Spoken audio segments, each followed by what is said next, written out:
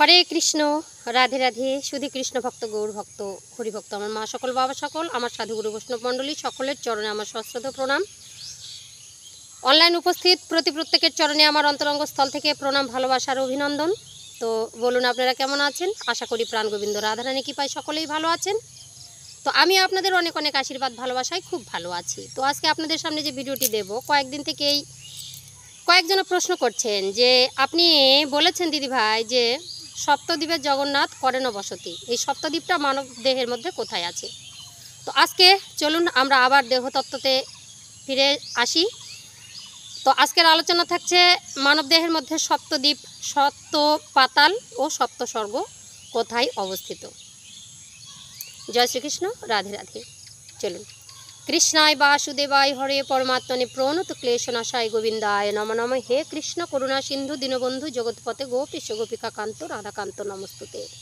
তপ্ত কাঞ্চন গৌরাঙ্গী রাধা বৃন্দাবনেশ্বরী বিশ্বভানুসুতং দেহি প্রণামী হরি প্রিয়ে। গুরু ব্রহ্মা গুরু বিষ্ণু গুরুদেব মহেশ্বর গুরুরেব পরম ব্রহ্ম তস্মৈ শ্রী গুরুবে নমঃ। পিতা স্বর্গ পিতা ধর্ম পিত হি পরম তপ পিতরি পিতমা বর্ণে প্রিয়ন্তে সর্বদেবতা সর্বদুঃখ নিয়ন্ত্রিতাং ভক্তি মুক্তি প্রদায়নে বিশ্বেশ্বরী জগদ্ধাত্রী মাতৃদেবী নমস্তুতে। হরে কৃষ্ণ কৃষ্ণ কৃষ্ণ হরে হরে, হরে রাম রাম রাম হরে হরে। জয় শ্রীকৃষ্ণ, রাধে রাধে। তো শুরু করছি আজকে আবার দেহতত্ত্ব আলোচনা। তো আপনাদেরকে অনুরোধ করব ভিডিওটা একদম স্কিপ না করে পুরো ভিডিওটা দেখতে থাকুন। আর যদি আমার চ্যানেলের ভিডিও ভালো লাগে অবশ্যই চ্যানেলে লাইক শেয়ার কমেন্ট করে চ্যানেলটি সাবস্ক্রাইব করে পাশে থাকবেন বন্ধুগণ, যারা আগে থেকে আমার চ্যানেলটি সাবস্ক্রাইব করে আমার ছোট্ট বড় ভিডিওগুলো দেখছেন। আপনাদের প্রত্যেকের চরণে আমার অসংখ্য প্রণিপাত, প্রাণ ঢালা ভালোবাসা অভিনন্দন। যারা আমার চ্যানেলে এসেছেন এখনও পর্যন্ত চ্যানেল সাবস্ক্রাইব করেননি, আপনাদের কাছে অনুরোধ করব বন্ধুগণ, যদি আমার চ্যানেলের ভিডিও আপনাদের ভালো লাগে অবশ্যই চ্যানেলে লাইক শেয়ার কমেন্ট করে চ্যানেলটি সাবস্ক্রাইব করে পাশে থাকবেন। তো আজকের আলোচনা থাকছে সপ্তদ্বীপ, মানব দেহের মধ্যে সপ্তদ্বীপ, সপ্ত স্বর্গ আর সপ্ত পাতাল কোথায় অবস্থিত। তো চলুন। এক বাবাজি বলেছেন, মাগো তোমার কথাগুলো খুব স্পিড। সত্যি আমি খুব কি বলবো, ছোটোবেলা থেকে খুব স্পিডে কথা বলি। উনি বলেছেন একটু যদি আপনি একটু ধীরে ধীরে বলতেন তাহলে আরও বুঝতে সুবিধা হতো। তো আপনি এইভাবে ভিডিও দিচ্ছেন, খুব ভালো লাগছে। অবশ্যই আপনারা সাথে থাকবেন, এরকম ভিডিও দিতেই থাকবো। আর আপনাদের কথা মতো আমি একটু স্লো ধীরে কথা বলার চেষ্টা করছি। অবশ্যই মন প্রাণ দিয়ে আস্বাদন করুন। জয় শ্রীকৃষ্ণ, রাধে রাধে। তো বাবা, গ্রন্থের নাম, কেউ কেউ বলে গ্রন্থের নামটা বলুন দিদি ভাই, গ্রন্থের নামটা বলুন মাতাজি, কোন গ্রন্থে পাবো। তাই আজকে গ্রন্থের নাম, লেখক, তারপরে সব কিছু আপনাদের বলছি। তো গ্রন্থের নাম হচ্ছে ষটচক্র নিরূপণম। গ্রন্থের নাম ষটচক্র নিরূপণম, লিখেছেন শ্রীমৎ পূর্ণনন্দ গিরি মহারাজ জি, আর বঙ্গানুবাদ করেছেন শ্রী অশোক কুমার বন্দ্যোপাধ্যায়। ঠিক আছে, এবার শরীরের মধ্যে আমরা প্রথমে সপ্তপাতাল নিয়ে আলোচনা করব। আমাদের শরীরে সপ্তপাতাল কোথায় আছে? তো এই বিশ্ব ব্রহ্মাণ্ডে যা দেখো, বিশ্ব ব্রহ্মাণ্ডে তাই আছে এই দেহভাণ্ডে। একজনে এই প্রশ্নও করেছেন, তো দেহভাণ্ডে কোথায় আছে সপ্তপাতাল? তো আমাদের এই বিশ্ব ব্রহ্মাণ্ডের মধ্যে সপ্তপাতাল কি কি? অতল, বিতল, সুতল, তলাতল, তল, রসাতল আর পাতাল। তাহলে আমাদের অতলটা কোথায় আছে? অতলটা হচ্ছে দেহের মধ্যে পায়ের নিচে অতল রয়েছে। বিতল কোথায়? পায়ের উপরের দিকে, পায়ের পাতায় অতল, পায়ের উপরিভাগে হচ্ছে তোমার বিতল। সুতল কোথায়? জানুতে। তারপর হচ্ছে তল, তল হচ্ছে সন্ধিরন্ধ্রে। তারপর হচ্ছে তলাতল, তলাতল হচ্ছে গুজ্জ দেশে। আর রসাতল, রসাতল হচ্ছে লিঙ্গমূলে। আর পাতাল হচ্ছে পাদদ্বয়ের অগ্রভাগে বা সন্ধিস্থলে। এই হচ্ছে সাতটা স্থান আমাদের সপ্ত পাতাল দেহের মধ্যে। এবার দেহের মধ্যে সপ্ত স্বর্গ কোথায় অবস্থান করছেন? এরাও অনেক প্রশ্ন, এরকম প্রশ্ন অনেক এসেছে, যার জন্য এই ভিডিওটা নিয়ে আসা। তো সপ্ত স্বর্গ কোথায় আছে? সপ্ত স্বর্গর আগে আমাদের নাম জানতে হবে। সপ্ত স্বর্গ হচ্ছে ভূরলোক, ভুবলোক, স্বর্গলোক, মহরলোক, আর হচ্ছে জনলোক, তপলোক আর সত্যলোক। তাহলে দেহের মধ্যে এরা কোথায় রয়েছেন? প্রথমের 1 নাম্বার হচ্ছে ভূলোক, এটি আছে নাভি দেশে অবস্থান করছেন। ভূবলোক হৃদয়ে অবস্থান করছেন। স্বরলোক, স্বরলোক কথাটা, স্বরলোক হচ্ছে কণ্ঠ দেশে অবস্থান করছেন। মহরলোক চোখে অবস্থান করছেন। জনলোক, জনলোক হচ্ছে ভূমধ্যে, মানে ভ্রূমধ্যেও বলতে পারেন। আর 6 নাম্বার হচ্ছে তপলোক, সেটি কোথায়? সেটি হচ্ছে কপালে অবস্থান করছেন। আর সপ্তলোক সেটি হচ্ছে মহাজনিতে অর্থাৎ মস্তকস্থ সহস্রারে, এই সহস্রারে সত্যলোকটা অবস্থান করছেন।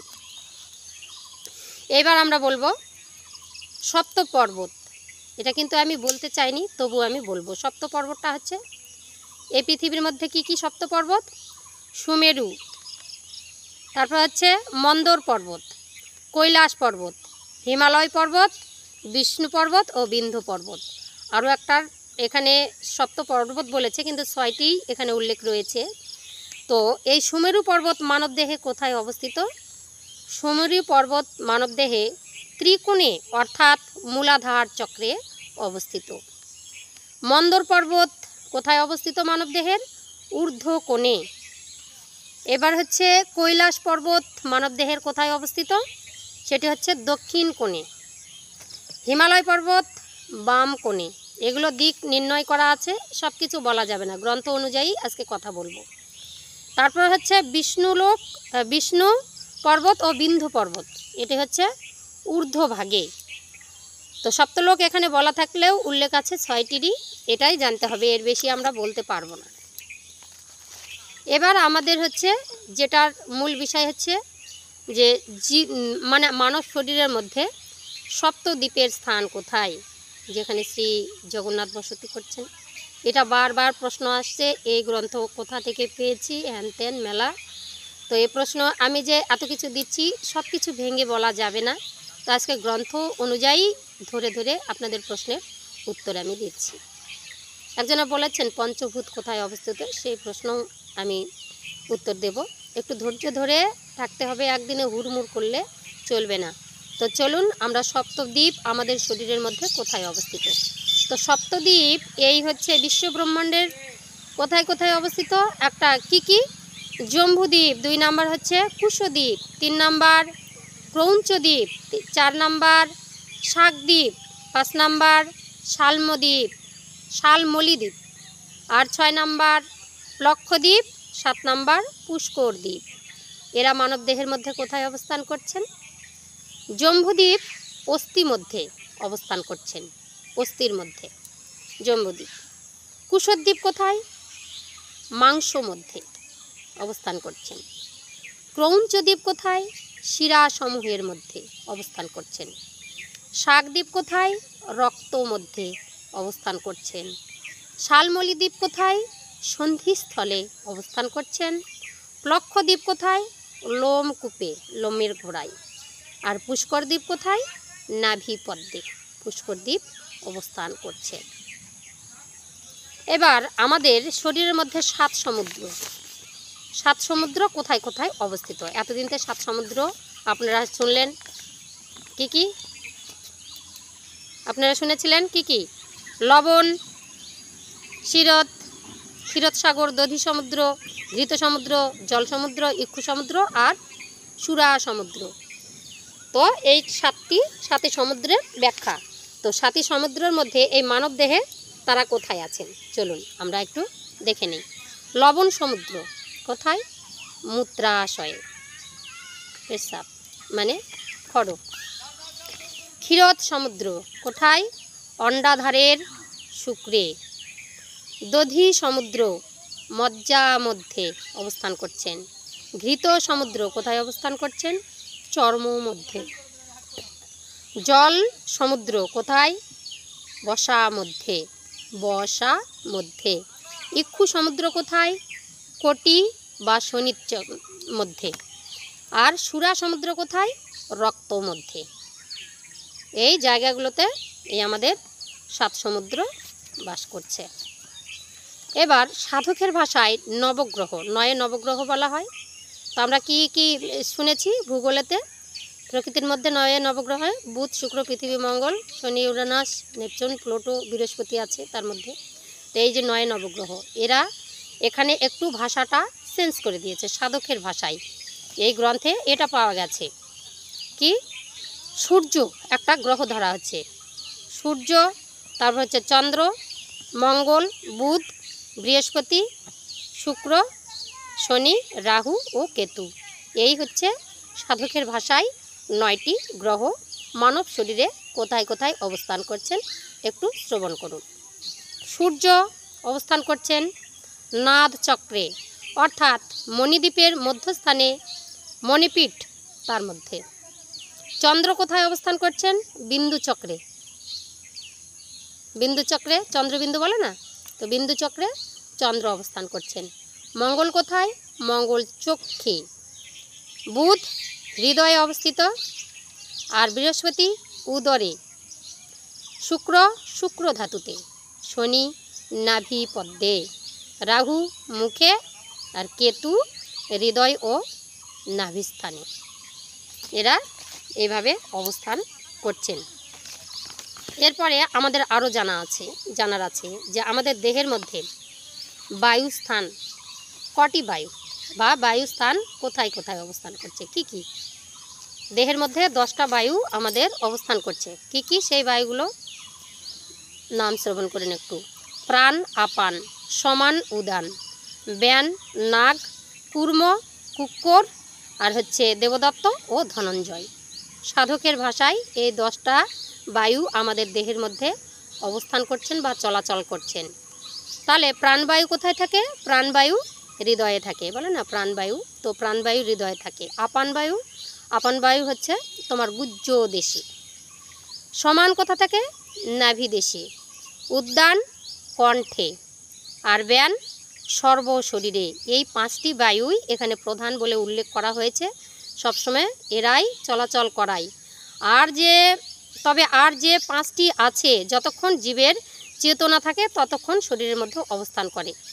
ঠিক আছে, ওই 5টির কোথায় কোথায় অবস্থান করে এখানে এই গ্রন্থে উল্লেখ নেই। এবার আরও একটা জিনিস, পঞ্চভূত। তো একজনে বলেছেন, যা দেখো বিশ্বব্রহ্মাণ্ডে তাই নাকি দেহভাণ্ডে তো কোথায় আছে? বিশ্বব্রহ্মাণ্ডে কি কি আছে, কি কি দিয়ে তৈরি? ক্ষিতি, অপ, তেজ, মরুদ্গম। তো আমাদের শরীরটাও তাই দিয়ে তৈরি। তাহলে তারা কোথায় কোথায় অবস্থান করছেন? একজনা বলেছেন, কমেন্ট করেছেন। ওনার কমেন্টের মূল্য দেওয়ার জন্য আমি এগুলো সব আপনাদেরকে বলছি, আপনারা একটু মন প্রাণ দিয়ে শ্রবণ করুন। ক্ষিতি হচ্ছে পৃথিবীর গুণবায়ু। মানবদেহের অস্থি, চর্ম, নারী, লোম, মাংস। অস্থি, চর্ম, নারী, লোম, মাংস, এই 5টির মধ্যে এই পৃথিবীর গুণ রয়েছে। এবার তোমার হচ্ছে অব মানে জলের গুণ। অব মানে জল। মল, মূত্র, শুক্র, ম্লেষ্মা ও শনিত, এই 5টি জায়গায় এই জলের গুণ অবস্থিত। এবার তেজ মানে ক্ষুধা। তেজ যেটা হচ্ছে সূর্যকিরণ যাকে বলছি। ক্ষুধা, তৃষ্ণা, নিদ্রা, মোহ ও ক্ষান্তিতে তেজের গুণ রয়েছে। এবার বলছে মরুত বা বায়ুর গুণ। বায়ুর গুণটা কোথায় আছে? বিরোধ, আক্ষেপণ, আকুঞ্চন, তারপর হচ্ছে ধারণ ও তৃপ্তিতে এই বায়ুর গুণ রয়েছে। তারপরে বোম মানে আকাশের গুণ। আকাশের গুণ কোথায় আছে? রাগ, দেশ, মোহ, ভয় ও লজ্জা, এর মধ্যে আকাশের গুণ রয়েছে। তো আজকে আপনারা জানলেন। এর আগে আপনারা অনেক ভিডিওতে অনেক দেহতত্ত্ব শ্রবণ করেছেন, অনেক কিছু বলেছি, চক্র নিয়ে বলেছি, মানব শরীরে কোথায় বৃন্দাবন রয়েছে, তো নানা রকমের ভিডিও আপনারা পেয়েছেন। তো আজকে আপনাদের এই গ্রন্থ থেকে আমি যে ভিডিওটা দিয়েছি, অবশ্যই আপনারা গ্রন্থটা দেখে মিলিয়ে নেবেন। অনেক কমেন্ট আসছে, বইটার নাম বলো, বইটা কিনবো। কেউ বা জেনেই একটু আমাকে থ্রেড দেওয়ার চেষ্টা করছেন। তো সবখানে সব কথা বলা যায়নি, আর এখানে গ্রন্থের নির্দেশ আছে, গ্রন্থের বাইরে কথা বলা যাবে না। তো আমি যা বলি নিজের কথা বলি একটু, যে সত্যি কথা বলতে দুঃখের মধ্যে থাকি তো, যার জন্য নিজের কথা বলি, একটু হেল্প চাই সবারই, কারণ আমি বড় একটা অসুস্থ পেশেন্ট, যার জন্য প্রচুর টাকা সংসার থেকে নেমে গেছে। একটা ছেলে রয়েছে, তার পড়াশোনার খরচা চালাতে মানে কি বলি, হিমশিম খেয়ে যায়।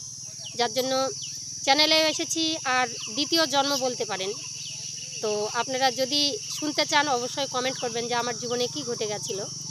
কষ্টের জন্য আপনাদেরকে পেয়ে হয়তো অনেক কথা বলি, কেউ মনে দুঃখ পান, কেউ রাগ করেন যে এত সময় ধরে ভিডিও করছেন দিদিভাই।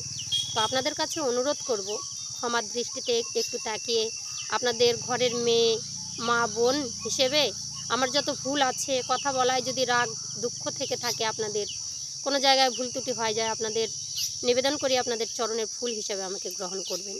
আপনাদের ঘরের মেয়ে বলে গ্রহণ করবেন, দিদিভাই বলবেন, মা বলবেন, যা ইচ্ছা বলুন, কিন্তু ক্ষমার দৃষ্টিতে একটু তাকান। কারণ এই পৃথিবীতে মানুষের মুখ দেখে কিছু বোঝা যায় না। আমি বড় অভাগী, যারা আমার আগে লাইভ দেখেছে তারা প্রত্যেকে কেঁদেছে। তো যাই হোক, আমি আর লাইভে আসতে পারি না, বিকেল করে লাইভে আসতে হবে, কারণ ঘরের মধ্যে আমার নেটওয়ার্ক পায় না। তো যাই হোক, খুব কষ্টের জন্য এই মিডিয়াতে নেমে এসেছি। আর কৃষ্ণ কথা কিছু বাকি ছিল আমার মুখে। গোবিন্দের হয়তো ইচ্ছা ছিল, তার ইচ্ছা ভিন্নতে কিছু হয় না। রাধারানীর ইচ্ছা, গোবিন্দের ইচ্ছায় এই জগতে এসেছি, আবার পুনর্জন্ম পেয়েছি, বহুদিন হাসপাতালের বেডে বেডে ঘুরে। তাই অনেক কথা বলে যায় বন্ধুগণ, কিছুতে মনেতে রাগ করবেন না। গ্রন্থটার নাম আমি যেটা বলেছিলাম, ষটচক্র নিরূপণম, ঠিক আছে? তো এখানে বঙ্গানুবাদ করেছিলেন শ্রী অশোক কুমার বন্দ্যোপাধ্যায়, আর লিখেছিলেন শ্রীমৎ পূর্ণানন্দ গিরি মহারাজ। ওনার গ্রন্থ থেকে এগুলো পাওয়া হয়েছে। তো আরও প্রশ্ন জানতে অবশ্যই কমেন্ট করবেন। যদি ভিডিও ভালো লাগে অবশ্যই লাইক, শেয়ার, কমেন্ট করে চ্যানেলটি দয়া করে সাবস্ক্রাইব করে দেবেন, কারণ এই দিদিভাইয়ের মতন অভাগিনী কেউ নেই। আপনারা সবাই জেনেছেন, আগে যারা বন্ধু রয়েছে সবাই এই জন্য ভালোবাসে। পরে যারা এসেছেন হয়তো জানেন না, তাই আমার একটু কথা বলাতে বা একটু বেশিক্ষণ ধরে ভিডিও করি। তো দুঃখ পাবেন না, আমার সঙ্গে থাকুন। হরে কৃষ্ণ, রাধে রাধে। সবাই ভালো থাকুন, সুস্থ থাকুন, আমার ভিডিও দেখতে থাকুন। জয় নিতাই গৌর হরি বল। জয় জয় শ্রী রাধে শ্যাম।